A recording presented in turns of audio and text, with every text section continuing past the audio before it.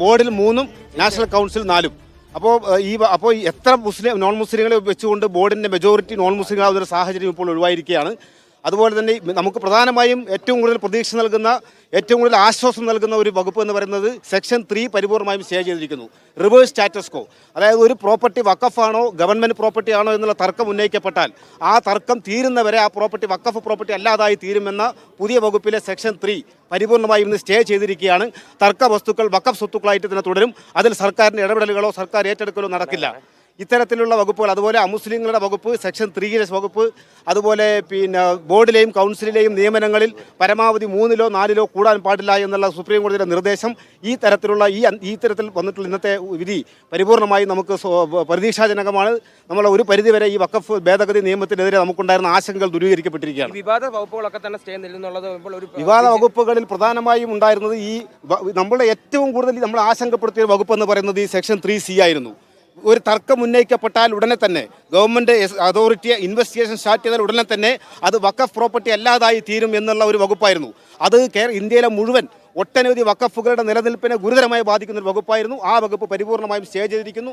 അത് നമുക്ക് വലിയ പ്രതീക്ഷയാണ് നൽകുന്നത്. പാർലമെന്റിൽ നേരത്തെ ഇതുപോലുള്ള കാര്യങ്ങളായിരുന്നു ഉയർത്തിയിരുന്നത്. ഈ ഒരിക്കലും തിരിച്ചു വരുന്നില്ലെങ്കിൽ അത് വളരെ ദോഷകരമായി തന്നെ ബാധിക്കുമെന്നുള്ള അതൊരു വലിയൊരു ആശ്വാസമായിരിക്കും. പിന്നെ വഖഫ് അല്ലാതായി തീരും. മുഴുവൻ ആയിരക്കണക്കിന് വഖഫ് സ്വത്തുക്കൾ, ഡൽഹിയിലെ ജമാ മസ്ജിദ് ഉൾപ്പെടെ പൗരാണികമായ വഖഫ് സ്വത്തുക്കൾ പരിപൂർണമായും ഏറ്റെടുക്കാനുള്ള ഗവൺമെന്റിന്റെ കുടില തന്ത്രത്തിനേറ്റ തിരിച്ചടിയാണ് ഈ വിധി. പരിപൂർണമായും സുപ്രീം കോടതി രാജ്യത്തെ ന്യൂനപക്ഷങ്ങൾക്കും ഭരണഘടനാ മൂല്യങ്ങൾ ആഗ്രഹിക്കുന്ന, അതിന്റെ സംരക്ഷണം ആഗ്രഹിക്കുന്ന മുഴുവൻ മതേതര വിശ്വാസികൾക്കും പ്രതീക്ഷാജനകമായ ഒരു വിധിയാണ് ഉണ്ടായിരിക്കുന്നത്.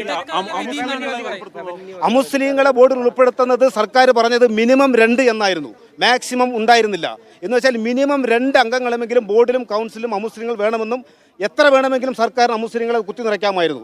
ആ അവസ്ഥ മാറി മുസ്ലിം വിശ്വാസികളെ ഭൂരിപക്ഷമാക്കണമെന്നും കൂടിപ്പോയാൽ 3-ൽ കൂടരുത്. വഖഫ് ബോർഡുകളിൽ, സംസ്ഥാന വഖഫ് ബോർഡുകളിൽ ഏറ്റവും കൂടുതൽ 3-ൽ കൂടുതൽ മെമ്പർമാരെ അമുസ്ലിങ്ങളിൽ ഉൾപ്പെടുത്തരുത് എന്നാണ് ഇന്ന് കോടതി നിർദ്ദേശിച്ചിട്ടുള്ളത്.